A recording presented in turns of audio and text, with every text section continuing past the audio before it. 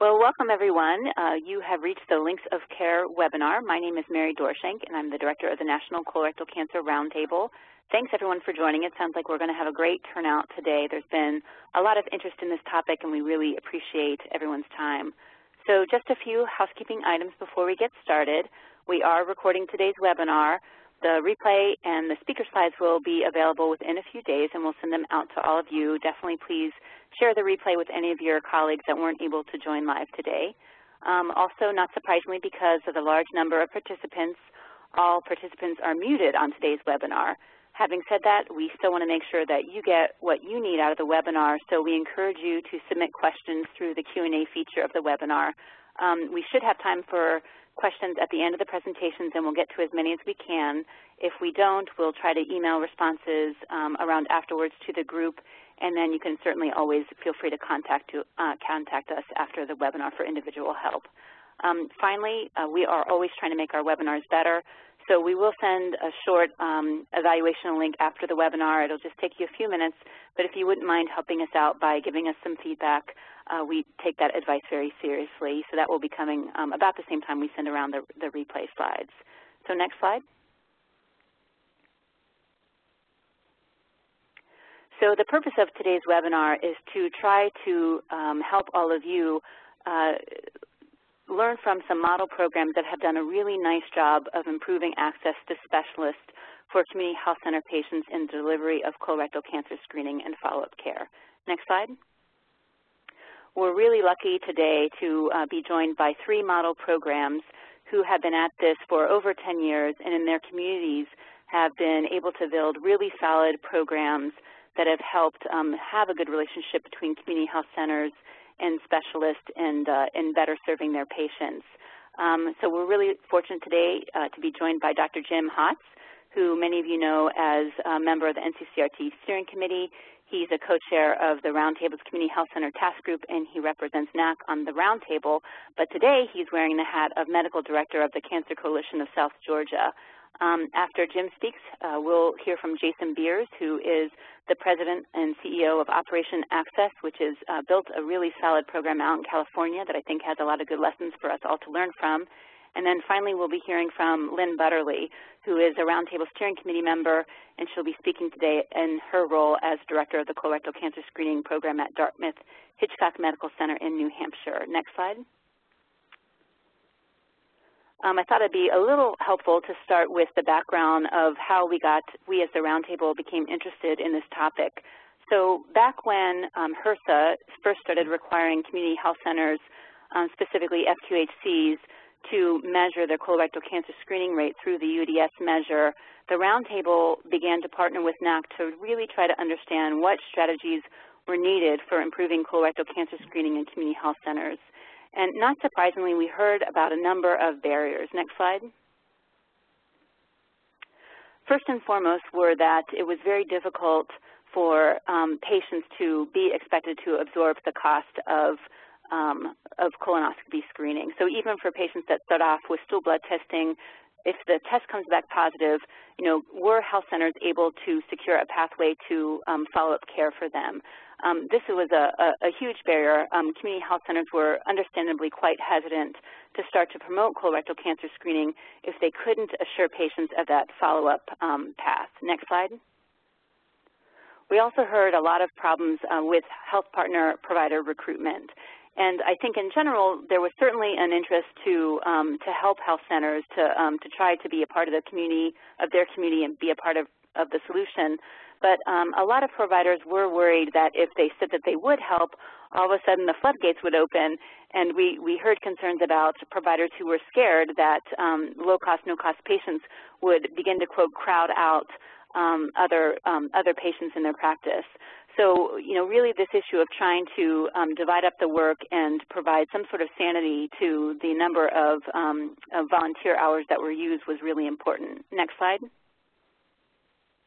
And then finally, there were patient-related concerns. So again, not surprising to any of you that work out in the field, but how could you help patients navigate what is a fairly complicated screening process? There's language barriers, cultural issues, transportation issues, and I'm delighted that we have, next slide, that we identified a number of effective models of partners who have actually been at this for a while and finding solutions in the community. So as part of that process that I mentioned the roundtable embarked on, we identified 6 different models where communities have built good relationships between community health centers and specialty providers, and the trick is trying to understand how they did that and what were the common features of success. So we're really fortunate today that we have 3 excellent speakers who I think are going to present some very common sense solutions to all of you about how you navigate those waters and build good systems of care. Next slide. So I'm delighted to kick this off with our friend and colleague, Dr. Jim Cotts, who is speaking from Georgia. Well, thank you very much. It's a pleasure to be here, and could I have my next slide?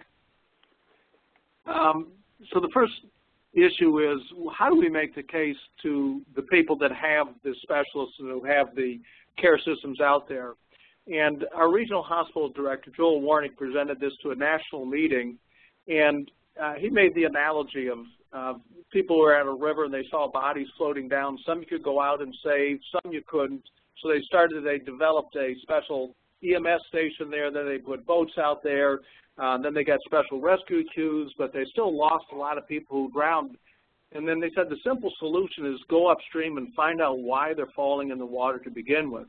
Well, why people get advanced colon cancer and what the message is that we don't create the disease. In primary care, what we can do in our community health centers and those of us taking care of poor people is that we can actually prevent them from falling in the river and getting advanced in stage 3 and 4 colon cancer. So the reality to these hospitals and a lot of these regional health systems and these COC hospitals is that they're going to pick up these cancers anyway. We might as well move upstream and find them. And that is a business message that goes out, and that's what resonates with the hospitals, and that's why they sought us out. Now, the system we take care of, and I've been at this health center for 37 years. I started it. We have over 40,000 patients, 80% of whom are African American. 85% fall below poverty, so this is a tough patient population. But our 5-hospital system, if you look at this, it's one of the 10 poorest congressional districts, double Medicaid numbers, high incidence of cancer. So the disease is there, the people are falling in the water. How can we help the hospital go upstream to prevent people from going in? Next slide. This is our population, poor, black, rural. Next slide. And you can see here that we a disproportionate number of poverty, so this is not an easy population. Interestingly enough, we have one county that is highly insured and well insured, but just remember when you go to your hospital, not only we take care of uninsured people, but we get the message out and the people who take care of insured, 75% of the people who end up are actually unscreened actually have insurance to pay for it. So there's actually some real challenges just to get this message out to everybody. Next slide. This is the high-risk population. Cancer's out there. We've kind of showed them the demographics. High incident cancer, 2 of our counties, 8th and 9th in the state of 159 counties as far as cancer incidents. Terrell County had the highest rate, and we're the only health provider in this extremely poor rural county. Next slide. So what are our strategies? Well, what we do is we develop a partnership, and we have a critical position as a community health center to make certain we provide the primary care home, but we develop partners across the community to help build capacity to go make a difference. And with our Cancer Coalition, what we've tried to do is make this capacity and make this happen. And we have got a strategic partner, which is a COC hospital, and what we do is we help meet their needs. As a Commission on Cancer Hospital, they have to do screening, health disparity, and outreach, and we help them meet all of these needs. Next slide. So we developed a collaborative model saying that not one institution can solve all the problems. We have to work together. Our Cancer Coalition is actually funded by 4 regional hospital systems, and what they help do is they help look at the data, and they also help pay for some of the navigation. The Community Health Center, Albany Area Primary Health Care, we have 15 sites. We're in 6 different counties, and what we do is we provide the medical home and the link in the initiation of the person into the process of care. So we're the ones who are actually going upstream and standing at the bank and trying to prevent that person from going in. The key rate-limiting enzyme of the whole process to make certain you have GI practices on board. Our hospital system happens to own the GI practices, which have made it more efficient, but we developed the model even before these practices were owned by the hospital, and these people, the GI guys, wanted to be certain that they could help with the problem. They all agreed to do a certain number, and ours agreed to do 1 free colonoscopy a week. And of course, we drove to them also our insured patients to make certain that they got them as well. Navigators were essential to get people through that system, and we also had the oncologist and surgical oncologist. They're the ones who pick up the pieces when this person falls in the water and nobody can prevent them from drowning. Next slide, please. So the Navigator is really one of the key things, because the Navigators actually helped us identify patients who needed reminders. They go through and eliminate barriers to care like transportation, education, cost. They improve compliance with the process. They reduce the overall cost by making it very efficient. And I'll show you some of the efficiencies obtained. Navigators are used a lot of different places, but what you want to do in the cancer navigation is make certain people get there, get the proper treatment, get it done in a very efficient manner. Next slide. And health disparities, which we're all trying to fight against, develop if you have transforming technology that's not evenly distributed to populations. So what the hospitals have to do, and a lot of these are non-for-profit hospitals, and the ACA demanded that hospitals have a community benefit analysis. Our hospital administrator thinks that this is sound business strategy to actually develop an outreach to reduce hospital admissions for advanced colon cancer, think that it saves us money in the long run, but it's also the right thing to do. We happen to be the people who are sitting in the primary care home as far as community health center, where we actually have a lot of the uninsured people.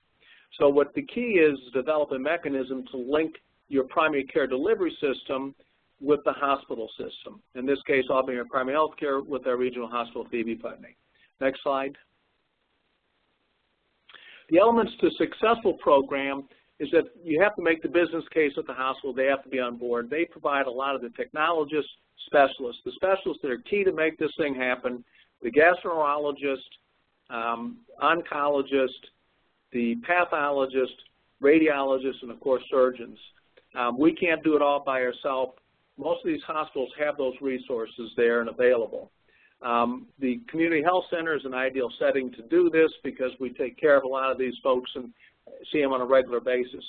And our Cancer Coalition was developed as a vehicle to provide the navigation. And this is actually one of the great stumbling blocks going forward, is to figure out how we're going to pay for navigation. Right now, until previously this was paid for through our CDC grant to the state. That did not get funded, so right now we're actually doing a trial where we're paying the Cancer Coalition out of community health center dollars to try to figure out what is the cost per navigation.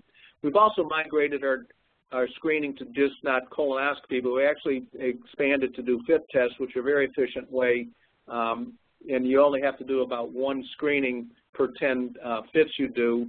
Only about 1 in 10 are positive to 1 in 20. Next slide, please. So what have we been able to do? Well, we've been able to prove that this actually works. We've done over 1,800 colonoscopies. We detected 7 cancers, all of them early stage.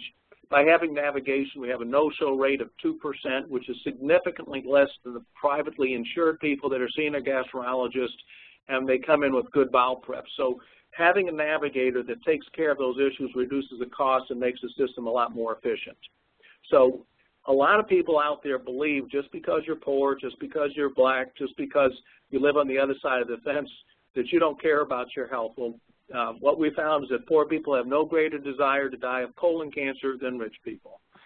And what we found is they will get this done if we remove the barriers. Next slide, please.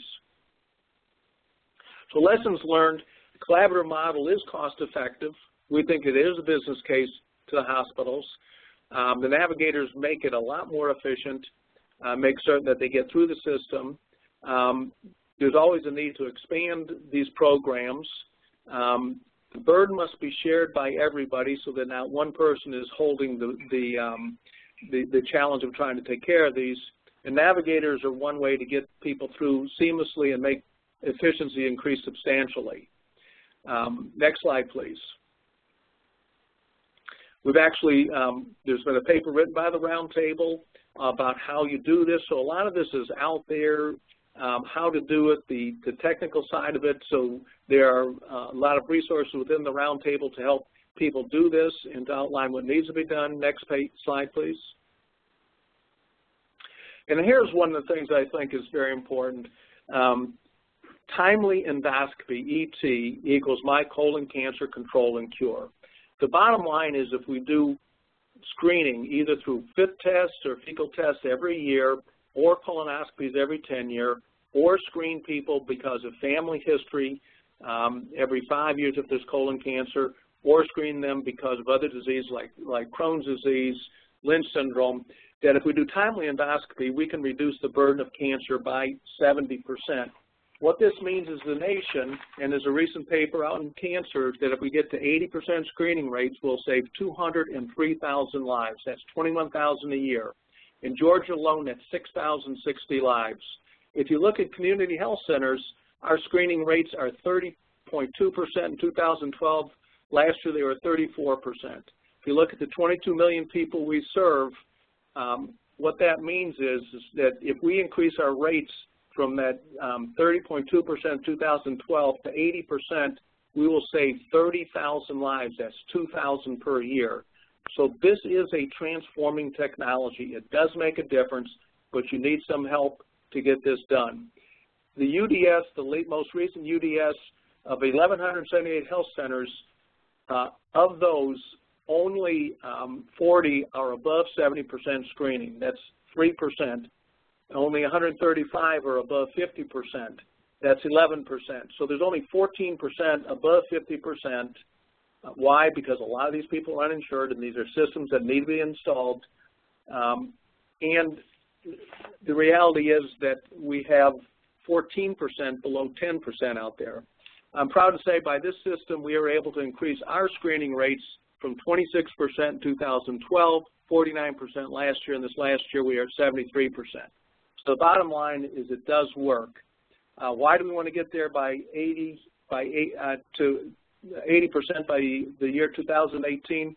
Well, we have known, and that will be the 25th anniversary of an article that was written by Dr. Jack Mandel, New England Journal of Medicine, that showed by just a simple guaiac test we could reduce death rates in Minnesota by 33%. So 25 years later, we still don't have 80% of the population out there. So it's something that's doable. It's very important. It's a very important way to reduce the death from colon cancer. Next slide, please. Next slide, please. And we actually wrote this up, and it's in the evidence that these navigators work. Here's the impact: 4 to 7 times the screening rates of colonoscopy. Next slide. So the bottom line is that we can get to 80% at community health centers, and we get there by a little help from our friends. Thank you very much. I'm going to turn this over to Jason Beers, who's going to tell you about the experience in San Francisco. Thanks, Jim. Really appreciate hearing from you, and thank you to the Colorectal Cancer Roundtable for having me on. This is so important. It's amazing what we can do. The numbers that Jim referenced in terms of hundreds of thousands of lives that can be saved, the cost savings is really compelling. What we're doing with Operation Access in California is that for several decades we have organized ourselves as a volunteer-based hub of specialists providing surgery. I should say next slide at this point. We were organized to coordinate surgery, and the gastroenterology need has been growing, especially over the past decade, as community clinics have been rolling out screening on a population-wide basis. And so that's actually turned out to be the largest referral reason for patients to our program. Where we sit is we sit in between the community health centers and the specialists and hospitals, the providers. The eligible patients that we serve are low-income, uninsured, and unable to qualify for public insurance. This means for us a predominantly Latino population, and so we gear ourselves in terms of our services to serve that population. The Medicaid population also is a huge area of enormous disparities with the insured population in terms of screening rates that needs attention. And next slide, please.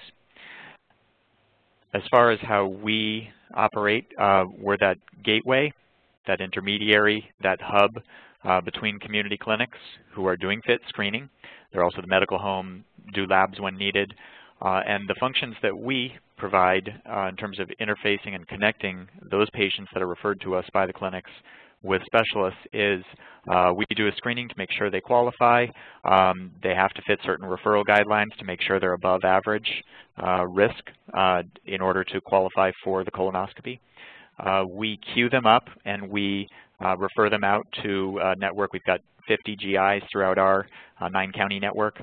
And so we have, some of them are one a week, which is wonderful. That's the gold standard as far as accepting one patient a week on a donated basis. Some of them are one a month. Some of them are organized into these Saturday sessions that we coordinate as well. And so we use a variety of different models and different frequencies at which specialists are able to volunteer in order to meet the need. So we queue patients up, we refer them according to guidelines, and then we intensively navigate the patients and manage the logistics, and I'll get into that a little bit. The GI volunteers are obviously key. Hospitals and endoscopy centers are on board and have very simple agreements, one-page agreements with us. We'd be happy to share templates for those. And then other clinical volunteers. Don't forget about pathology, of course. That's going to be necessary. And when we run these Saturdays, which do require a fair amount of logistics and coordination and volunteer management on our part, because you get the whole endoscopy team, nurses, et cetera. But we are able to serve 10 patients in a day. We are able to serve a large number. That's where other volunteers get involved. The colonoscopy occurs.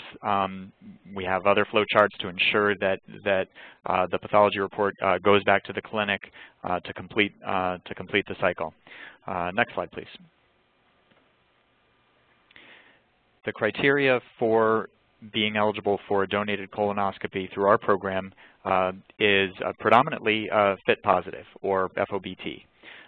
There are also other factors that place patients at above average risk, family history, et cetera, and so those also are referral reasons that fit our criteria. But routine screenings are not done through our program. They're perfectly acceptable, wonderful way to screen, but our approach is to have targeted referral guidelines so that the valuable specialist time is directed and is focused to how it can have the broadest population-wide impact. Next slide. The core of our model is that procedures are donated by everyone. We recruit that whole team to donate procedures, and they also know that the whole team is recruited. In California, the hospitals and the physicians are separate business entities, so we have to recruit them both. And they know that they are donating not just on their own, but in lockstep with the team and with the community. A key part, which I'll get into, of our program infrastructure are forms, protocols, and navigation. The idea here is to make it as easy as possible for GIs and their staff to participate by showing up, by doing the procedure. So it's a streamlining that we do. And we do about 200 donated colonoscopies each year. Next slide. In developing your network, here are some keys that we've uncovered through our work. It's very helpful to ask representatives from the entire universe of providers to participate. That way, one element of that is those that are signing up early know that you're asking the entire community. You probably won't get the entire community all at once, but over time, keep at it. Let them know that others are signing up. Institutional commitments are key, especially if there's business relationships between those endoscopy centers and the physicians. Getting GI champions early that are able to do just very simple outreach to raise visibility and recruit their peers, peer-to-peer contact as supported by the program and program staff is our model for recruitment. always be looking for feedback. Make it easy for people to give feedback and use it to improve your process and your system. You're building a system.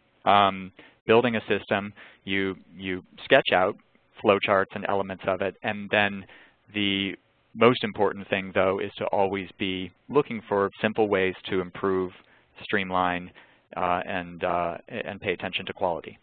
Managing your slots thoughtfully is a key part of our model. So we do that by actually maintaining a queue. We receive referrals from a broad network, and we refer to a broad network, but they all pass through our gateway, and we're able to manage them. There can be other ways to manage those slots in an efficient manner, but that's a key element that our volunteers appreciate. And then with recognition, keep it simple. Keep it simple and personal. There's no need to go overboard in terms of awards or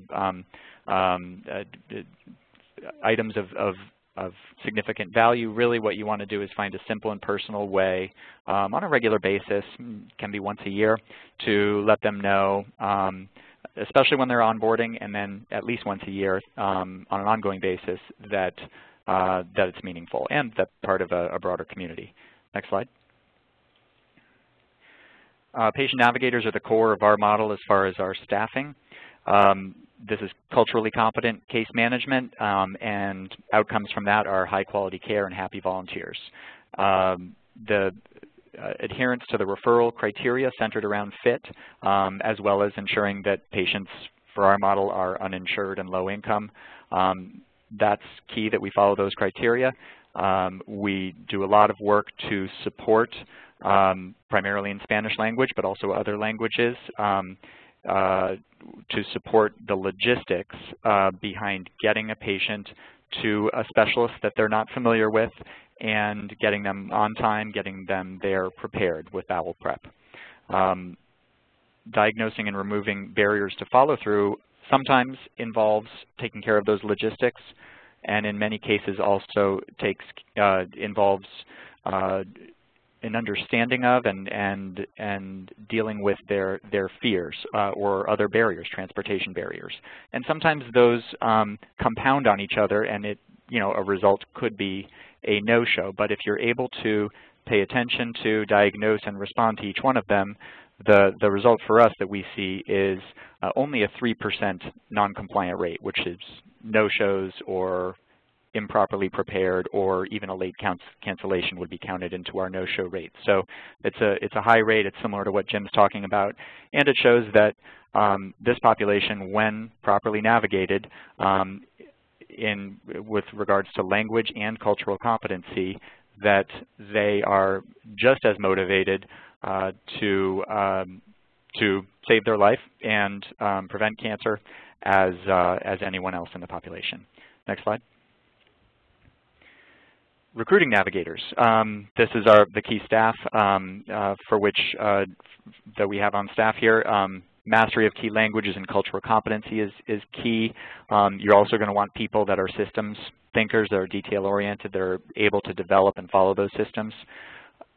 Interpretation programs and community health worker programs are great sources for the recent graduates for possible recruitment of staff. We've also found that it can be great to have several part-time staff. Think of them even as just on a contract basis.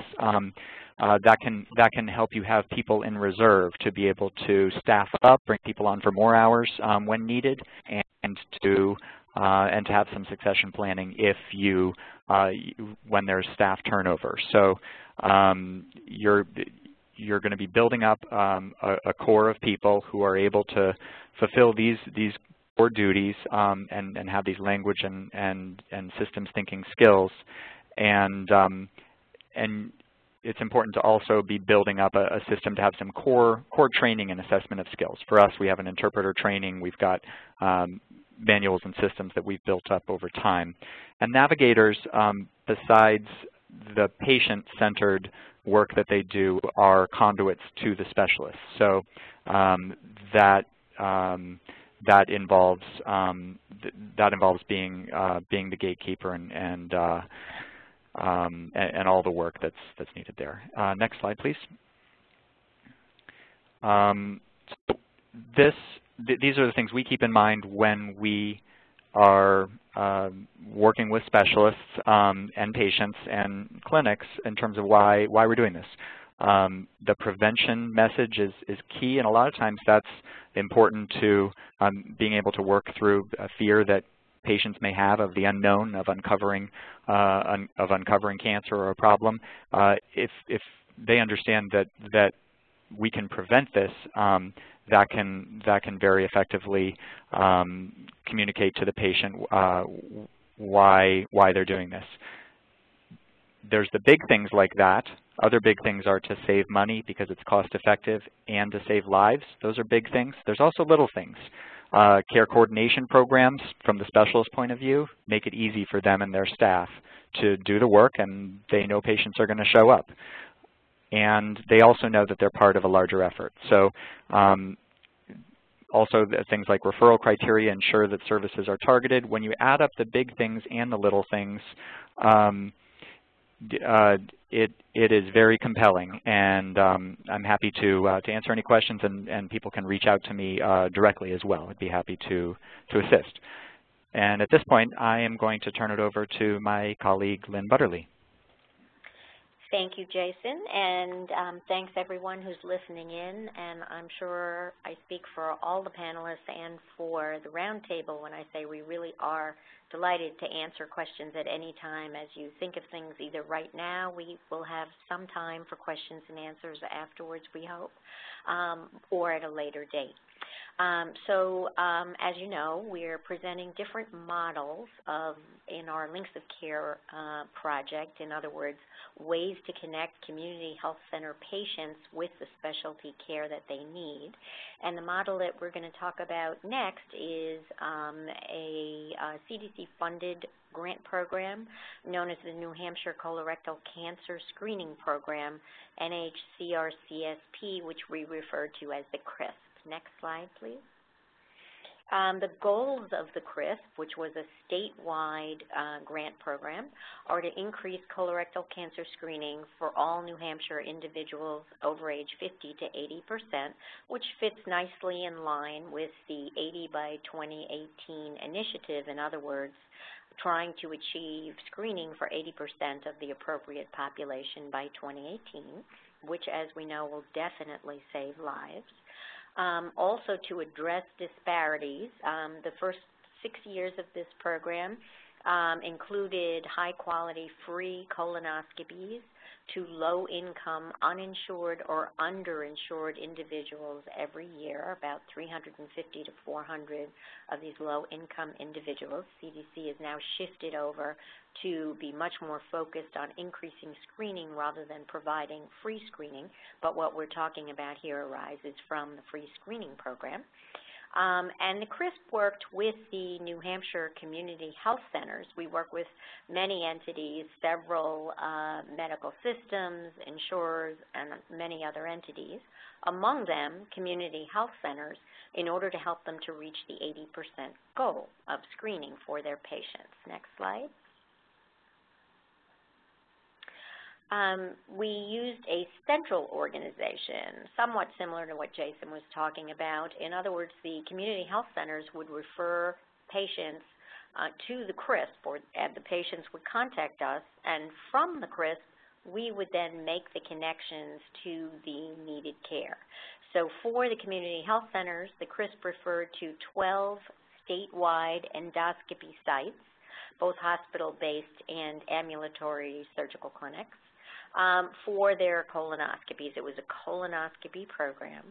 And those endoscopy sites were selected because of their geographic proximity for the community health center patients. Obviously, transportation is a major barrier, and one would want to ensure that the endoscopy site to which we link has geographic proximity to the community health center patients. The endoscopy sites that were chosen have hospital affiliations, and at the onset of the program, all the hospitals agreed, per our CRISP policy, to cover the cost of care for any colorectal cancers that were found through the program, as well as to cover colonoscopy complications, and that was part of the CDC funding. All the hospitals readily agreed and did uphold that commitment when the need arose. Next slide. Our general approach and the groundwork that was utilized for community health center collaboration, to start with, we would meet in person with personnel at the community health center and at the endoscopy unit and gain leadership commitment. This is what we're going to do, this is why, this is the business case. Get everyone on board, get commitment all the way around so that the appropriate people are willing to work on the effort. Then it was very important to identify and train internal champions at these sites, because of course that extends your reach. As far as the CRISP, we were a small, very small group, and having internal champions who cared about screening and would help us to accomplish our goals was extremely important in terms of making the program successful. After that, one needs to agree on a health center screening policy, and by that I mean everyone in the particular practice cannot be following a different policy for screening. It's very disorganized. It makes it extremely hard for support staff to know what to do. And as a gastroenterologist, I can tell you that that is one thing we would not want support staff doing, because it diffuses any efforts. So in terms of getting a health center to have a fairly consistent screening policy, education is very important for that, and we would therefore incorporate colorectal cancer screening education in our efforts and our association with the community health centers. And of course, you need to recognize specific barriers, and different sites may have different specific patient barriers, especially for the underserved. Language, cultural, travel, missed work, we've mentioned quite a few already, and it's very important to be sure that the community health center has a consistent policy and has a policy that will address the specific barriers that are the case for their patients. And then one needs to identify appropriate endoscopy sites for a particular community health center, and definitely to establish policies and procedures so that everyone knows what to expect and how the program will work. Next slide. So the key elements in terms of delivering colorectal cancer screening, the continuum of care for screening to community health centers, our key elements were the CRISP functioned as a central infrastructure, connecting the community health center patients to the needed venues for colorectal cancer screening and also for cancer care where needed. Keep in mind that very few patients who come for screening at an appropriate age will ever have cancer. However, for those few people, you do need to have a process in place for timely cancer care. The CRISP established referral policies and procedures with those community health centers, with endoscopy sites, and with the hospitals. And I think that is extremely important. We don't want to be making it up as we go. There need to be established policies and procedures that everyone has agreed to. It makes for a much more streamlined and effective program. You may also need to establish agreements and or contracts if needed. They were needed for our program, and they will include not only primary care providers and endoscopy sites, but also the ancillary services such as pathology and anesthesia, which are all needed if it is a colonoscopy program. Finally, you definitely want to maximize partnerships that support the process, because once again, there is synergy in utilizing partnerships. Next slide. Next slide, please. So efficiency elements, things that made the program more efficient in terms of delivering colorectal cancer screening to community health centers, was, as we touched on earlier, establishing procedures to provide medical clearance and relevant patient information. So through our program, we made sure that patients were medically appropriate for screening before they were referred, and also that they were due for screening, so that we knew the patient's past history and their personal history and their health history, so that when our providers receive patients through our program, they knew that all those referrals were appropriate, and that the patient was both due for screening and medically cleared for screening. In order to do that, we used standardized forms, both for our medical review and our patient history, for referral, for colonoscopy results, that all of those forms were in place, making the process much more efficient and accurate. And finally, communication policies are also critical. Those are all critical efficiency elements of any program. Next slide. In terms of communication, there is a shared responsibility approach, which you can see at the bottom of this slide, was put forward by the Roundtable way back in 2010, a publication 5 years ago, that included stressing that communication between the endoscopists and the primary care providers and, of course, the patients is critical. Primary care providers must receive the colonoscopy reports, or they will not necessarily know that a colonoscopy was done or what was found. The reports must be complete. They must contain an endoscopist follow-up recommendation for the next test, because, of course, screening does not consist of one test, but a spectrum of testing. PCPs must be familiar with guidelines, and both the GIs and PCPs need to actively ensure that patient care and follow-up is appropriate. Next slide. Next slide. Again, partnerships are critical. They create synergy and allow any program to be far more effective. Examples of partnerships that we utilized are our internal champions, which we mentioned, CDC programs, DHHS, the Roundtable, the CCC cancer groups, insurers, endoscopists were far more willing to provide in-kind colonoscopies as a result of these relationships. All of these partnerships are critically important. Next slide. The other thing that was critically important to our program, as well as the others that you've heard from, is patient navigation. The CRISP designed a patient navigation program that was specific to colonoscopy and to our endoscopy needs. The outcomes of that program were that adherence was extremely high. We delivered almost 2,000 high-quality colonoscopies with only 2 no-show patients, less than 1% inadequate preparation compared to 25 to 30% numbers for no-shows, last-minute cancellations, and inadequate preps. That is the case nationally. 100% of patients received follow-up recommendations, and the PCPs were also notified, again, getting back to the importance of communication, and we had extremely high patient satisfaction because patients do extremely well with patient navigation when delivered effectively. Next slide. Other potential strategies to think about, things that we utilized, we developed a prep video which ended up on YouTube so that patients who do not want to wade through the preparation instructions can watch a video. We try to be cognizant of recognition for donated free services. As someone else mentioned, it doesn't have to be anything big, but recognizing people for the efforts is always important. And our prep instructions were translated into 26 languages because of the ethnic diversity in the population we serve. Next slide, which I think is the last. So our last slide, there is an extremely compelling case to be made for increasing screening, for reaching these low-income, underserved populations.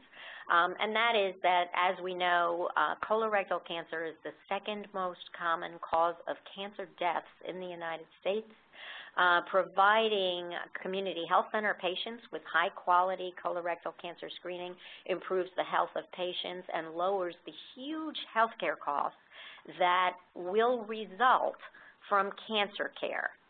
In other words, if we prevent the cancer, the cost of the cancer care will be substantially lower. Colorectal cancer, which is a preventable disease, has an estimated annual national cost of $14 billion in this country, and it is a preventable disease. So we will save lives, we will save money, and success will benefit everyone. Thank you very much. with that, I will turn the floor back to our wonderful Mary Dorshan. Yeah, well, thank you, Lynn, Jim, and Jason. That is just so wonderful. I always learn something. I've heard these presentations several times, and I think it's safe to say that I learn something new every time I hear you three present, so thank you very much. Just to recap, there are three very different models, three different constituencies that they serve. But I think some of the key characteristics that we see in each of them are that they make the expectations clear. It's very clear to their partners what they're providing. The business case is clear. They all know how to talk to the hospitals and other health systems in their community about why they should participate. And the burden is shared, so there's no one local provider or system that's doing too much. They all rely on strong physician champions, as we know from the wonderful way Lynn recruits so many folks in her state. There's nothing like a kind of a physician-to-physician conversation to make participation happen. The programs focus a lot on program efficiency and good patient forms and consistent protocol to make sure that the docs can spend the time doing what they do best, and that is providing care and not messing with the background work and the paperwork. They use patient navigators to protect that good relationship with GIs. The GIs know that these patients are going to show up, and they'll show up well prepped. And then finally, they take the time to say thank you and share the credit. Next slide. So we took that wonderful information that Lynn and Jim and Jason provided, and we've actually launched three pilot locations, three pilot programs that we've been calling the Links of Care pilots. So we are in the process of testing to see if these models work in three different communities: St. Paul, Minnesota, New Haven, Connecticut, and Low Country, South Carolina. Next slide. And with that, it looks like we do have a few questions coming in. We would love to take as many of your questions as possible. So the very first one is, how do you recommend increasing colorectal cancer screening rates in community health centers that don't have the capacity to take on patient navigators? And Lynn, you might be best suited to answer this question because you've built a navigator program that has quite a wide reach. So Lynn, I'll ask you to comment first and then ask Jim and Jason for anything they'd like to add on to that question. Okay, it's a complex question because part of this question is how does one pay for a patient navigator if one is thought to be helpful. And obviously, first of all, navigation can be done by a variety of people. It does not have to be a highly trained nurse. There are obviously many different types of people who could fill that role if you decide that for your program you would need someone in order to do that. Other ways to do that are, remember that the navigator does not necessarily have to be present within the community health center. So, for example, there are many endo sites that are looking at having patient navigators because it so significantly decreases their no-shows and their last-minute cancellations and their inappropriate preps. So one of the things you could do is to determine whether there is an endoscopy center that is in a reasonable access for your patients that has someone functioning in that role. Doesn't have to be specifically someone called a patient navigator, but someone who will be able to work with patients so that they understand what the test is for, understand where to get the prep and how to take it, and have a ride home and are able to show up for the test informed and well prepped. If you don't have an endoscopy unit near you that has a navigator, it is definitely something that can be pursued. And again, that's something where I am happy to work with you beyond this program because one can, as Jim alluded to, make an excellent business case for all of this. The more patients that are screened and have polyps removed and don't end up getting cancer, which is far more expensive than the screening, the better off any endoscopy unit or hospital will be. So working with the hospitals, working with the endo units, working with the primary care providers, the navigator does not necessarily have to arise within the community health center. That being said, it is very effective, and it does not have to be a specific type of person, so you can look within the community health center and see if there is someone, even on a part-time basis, that might be able to talk with those patients who are most in need of help in order to make it to a successful screening test. That's great. Jim or Jason, anything you'd like to add to Lynn's response? This yes, is Jason. You go Jim. ahead, Jason. Oh, no, I was just going to say Jim had some really compelling, the study highlighting the value of patient navigation is very compelling. He might speak to that. So the value is there. The challenge could be how to staff it and how to pay for it. And I wish we had a magic wand or a formula that we've uncovered. But the task is really to document the value, to set up the systems, and then I would also just emphasize what Lynn said. Hire for those competencies.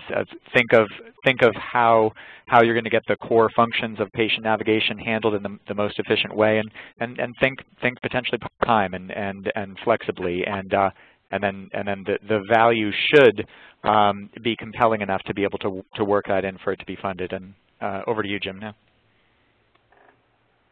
We've been toying with how do you do this. As our state lost its CEC funding, our regional coalition is not being funded for this now. So our community health centers actually given a grant to our cancer coalition, try to figure out, can we do this telephonically? What is the cost per navigation? When we have assembly lines, not everything is made at Ford. Somebody makes an alternator elsewhere. So can we actually purchase this cost effectively, and is there economy of scale? Could a navigation system be done telephonically and cover the state of Georgia and be contracting and a service delivered through the State Primary Care Association? So I think we have to get creative. What we tried to do in the paper we wrote that went into cancer is to make the evidence-based case that it works. And the concept is that, dollars will only go to what is evidence-based and works. You at least got to get in the literature. So we took that first step. But I think that this is a struggle, and, Lynn had some good ideas. What we're trying to do is to actually give this grant to our coalition and try to figure out what is the actual cost, and if we actually paid for this service as a health center, what would it cost us? By switching from direct access colonoscopy to FIT-based testing for uninsured, the number of colonoscopies is reduced by 90 to 95%. So the number of navigations needing to be done goes down. And so I think what we're trying to do is find the economy of scale to make this happen. There's a national work group that the Roundtable is doing around navigation, but this is an evolving question. As we come closer to trying to get this model of the patient-centered medical home, the whole concept of patient referral, getting them there, getting results back, is one of the core competencies of the patient-centered medical home, and we're just trying to figure out how to make that happen in primary care. Great, wonderful. And if I can add one more thing, this is Lynn again. One important thing that Jim hit upon, but we should really underline it, and I should have mentioned this when I was answering the question about cost. The CRIS program, which was statewide throughout the whole state of New Hampshire, employed less than 2 people for the whole state because it was done telephonically. So when Jim said telephonically, it made me think of that. So you can, that is one of the things to keep in mind, that when you're thinking about costs and thinking about putting a navigator within a community health center, they don't have to meet with all these people. Navigation can be done very effectively over the telephone. Okay, great. So wonderful. So our next question is, how important is providing transportation to and from? Is this challenging to provide? And I know each of the programs handle that differently. Jason, do you want to, let's start with you, and do you mind taking that first question, then we'll get comments from Jim and Lynn? Sure. I'll just say that that what we find to be the most prominent transportation-related obstacle is not the transportation itself, but it's printing out a map and mailing it to the patient to point-to-point directions in their language, being able to talk them through some of the logistical details, handling how they're going to be admitted through the facility itself, to make sure that's streamlined, and making sure that they have the ride lined up in advance. So it's really about preparation. So in some rare cases, we also go the extra step to be able to provide the transportation when needed. In our experience, it's not needed very often. So really the main obstacle for us really is that you can troubleshoot it with advanced preparation.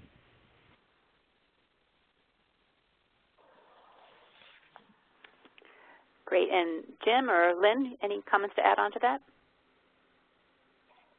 In our program, we also did not have to do something for the patient most of the time. Occasionally you do. There are usually resources that may be regional or are present within your state, and I think that is one of the things that's worth looking into in order to help with this. It's important to remember that if it's a colonoscopy program, the patients will have, or colonoscopy that the patient has, they will have been sedated and they will need a person as well as a ride home. Many endoscopy units will not just let a patient take a taxi home because that involves them getting out and walking into the house unescorted. So many programs, they're not all the same. You want to find out what the policies are for the endoscopy unit with which you work. If they want the patient to have a friend, it doesn't mean the friend has to drive, or somebody an adult accompany them. That is another piece that's important to mention. And one other thing I absolutely can't stop myself from mentioning is just so that we're very clear, when we talk about FOBT programs, FOBT and FIT, they are wonderful alternatives for screening for average risk patients. None of us are advocating that we would go ahead and start doing an FOBT program for a patient at increased risk. So just to be clear about that one thing. And just to add on to this, the navigation part of it, our navigators from our Cancer Coalition in South Georgia, on average contact people 8 times, and they sort through the menu of challenges, time off work, transportation, and they are culturally competent, come from similar backgrounds, which is a key component of the navigation. But what they can actually do is help them sort out what it takes to get around the transportation barriers they have, whether it's call a friend or whatever, and provide cabs. So the navigator can usually find the problem, detect the solution, and help the person work through it. So the navigator just doesn't tell the prep and all that. They actually help do some problem solving. Absolutely. Wonderful. So last question for you, Lynn. Are you able to share the translated patient instructions you've mentioned? I believe it was Northwestern University had quite a collection that we mentioned in the colorectal cancer manual for health centers, but are there other resources that you have access to as well? Possibly, but that is absolutely right, that in our manuals we have included, there are resources, there are multiple resources for prep instructions and other things in various languages. Our prep instructions are only the new lightly instructions, the split prep, because that's the prep that all of the endo units agreed to. So we can see if we could potentially make those available, and then again, as Mary said, through the manual, I know there were a lot of resources included there and online, and the prep video is on YouTube, as we said. Great. So I will make sure to send around a link to the manual for community health centers in case folks who are participating haven't seen that, because that's a great resource that goes into detail a lot of the resources that Lynn just mentioned. And with that, we are at the top of the hour. So a big thank you to all 3 of our speakers, just really wonderful information. And then also thank you to Dion Christopher, Kirsten Olander, and Emily Bell, who provided some behind-the-scenes support, as well as the larger institutions of the Cancer Coalition of South Georgia, Operation Access, and Dartmouth Hitchcock Medical Center, who've been wonderfully supportive of this information to try to get this information out there. Please join us for our next webinar, which is Thursday, September 10th at 1, what health plans can do to achieve 80% by 2018. And please don't hesitate to let me know if you have any questions. Thanks, everyone, for joining.